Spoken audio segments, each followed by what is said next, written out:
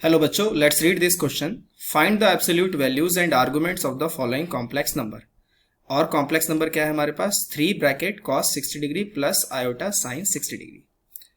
तो इसमें हम सबसे पहले अपना की कॉन्सेप्ट देखते हैं बच्चों। की कॉन्सेप्ट हमारे यहाँ पे क्या होगा कि absolute value of a complex number, absolute value of a complex number.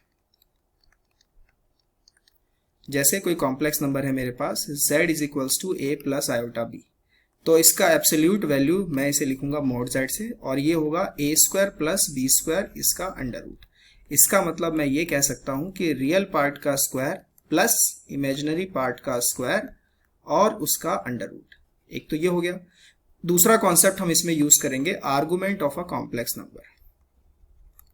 Argument of a complex number, किसी भी कॉम्प्लेक्स नंबर का आर्गुमेंट का मतलब होता है कि वो उसका एम्पलीट्यूड यानी थीटा की वैल्यू, अल्फा की वैल्यू जानना चाह रहा है।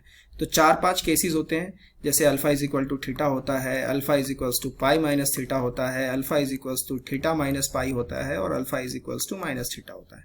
तो ये सारे आर्गुमेंट होते हैं। अब इसी बेसिस पे हम अपना सवाल देखते हैं। मेरे पास कॉम्प्लेक्स नंबर क्या है, मैं इसे z से डिनोट कर लेता हूँ। 3 cos 60 degree plus i sine 60 degree. अब यहां पर अगर मैं 3 से इसे मल्टीप्लाई कर दूं तो ये हो जाएगा 3 cos 60 डिग्री प्लस आई 3 sign 60 degree.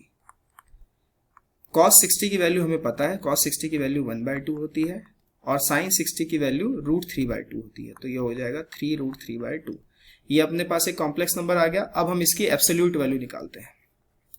Absolute value, absolute value के लिए की कॉन्सेप्ट में क्या बताया था हमने? की कॉन्सेप्ट में मैंने ये बताया था बच्चों कि रियल पार्ट का स्क्वायर करें, इमेजिनरी पार्ट का स्क्वायर करें, दोनों को जोड़ के अंडर रूट लगा दें। तो रियल पार्ट यहाँ पे कितना है? 3/2। तो हम 3/2 का स्क्वायर करते हैं प्लस 3√3/2, हम इसका स्क्वायर करते हैं, 3√3/2 का स्क्वायर करते हैं, और इस पे हम क्या लेते हैं? अंडर रूट लेते हैं। तो हमारे पास ये कितना आ गया? 9/4 प्लस 9 3 27/4। फाइनली ये जोड़ने पे 36/4 और ये हो गया 9, √9 का मतलब 3। तो हमारा एब्सोल्यूट वैल्यू कितना आया? यहाँ पर 3 आया। अब हम बात करते हैं इसके आर्गुमेंट की। आर्गुमेंट अगर आप ध्यान से देखेंगे, argument of z, complex number हमने क्या बनाया था? 3/2 प्लस आयोटा 3√3/2। तो इसमें सबसे पहले हम क्या करते हैं? tan थीटा की वैल्यू निकालते हैं। tan थीटा की वैल्यू होती है imaginary part upon real part और इसका मॉडुलस।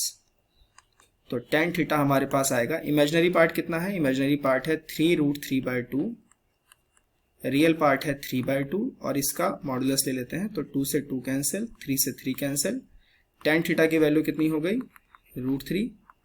तो मतलब थीटा कितना आ गया? थीटा हमारे पास आ गया π/3, है ना। और अगर आप ध्यान से देखेंगे तो ये जो कॉम्प्लेक्स नंबर है फर्स्ट क्वाड्रेंट में लाई करेगा। सो complex number lies in first quadrant, hence यहां पे जो एम्पलीट्यूड होगा या जो आर्गुमेंट होगा, hence argument alpha is equals to theta. और थीटा की वैल्यू कितनी आई थी बच्चों? थीटा की वैल्यू आई थी π/3, राइट। सो इस सवाल का हमने एब्सोल्यूट वैल्यू भी निकाल दिया जो कि है 3, और हमने आर्गुमेंट भी निकाल दिया जो कि है π/3, and that through by using our की concept. I hope you understand the question very well. Best of luck.